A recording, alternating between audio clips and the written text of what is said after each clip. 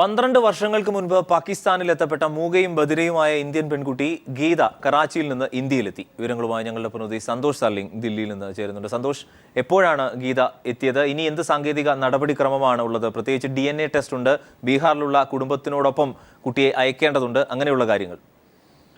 അരുൺ, കറാച്ചിയിൽ നിന്നും രാവിലെ 8:30 പുറപ്പെട്ട വിമാനത്തിൽ 11 മണിയോടുകൂടിയാണ് ഗീത ദില്ലിയിൽ എത്തിയത്. ഇന്ത്യൻ വിദേശകാര്യ മന്ത്രാലയ ഉദ്യോഗസ്ഥരും പാക് ഹൈക്കമ്മീഷണറും സംയുക്തമായി ഗീതയെ സ്വീകരിച്ചു. നേരത്തെ 6-7 വയസ്സുള്ളപ്പോഴാണ് അബദ്ധത്തിൽ ഗീത പാകിസ്ഥാനിലേക്ക് എത്തിയത്. അവിടെ അവരെ സംരക്ഷിച്ചു പോകുന്ന ഈദ് ഫൗണ്ടേഷനിലെ 5 അംഗങ്ങളും ഇപ്പോൾ ഗീതയോടൊപ്പം എത്തിയിട്ടുണ്ട്.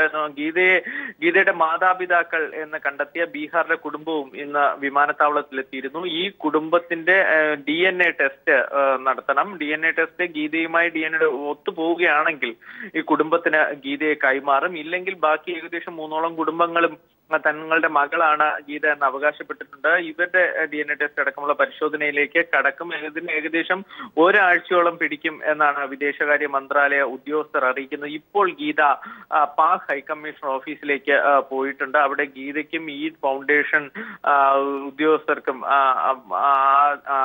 ബഹുമാനാർത്ഥം അവിടെ വിരുന്നൊരുക്കിയിട്ടുണ്ട് പാക് ഹൈക്കമ്മീഷണർ. അതിനുശേഷം 3 മണിയോടുകൂടി ഇന്ത്യൻ വിദേശകാര്യമന്ത്രി സുഷമ സ്വരാജുമൊത്ത് ഗീതയുടെ വാർത്താ സമ്മേളനവും ഡൽഹിയിൽ വിളിച്ചു ചേർത്തിട്ടുണ്ട്. അരുൺ. സന്തോഷ് സർലിംഗ് ദില്ലിയിൽ നിന്ന്.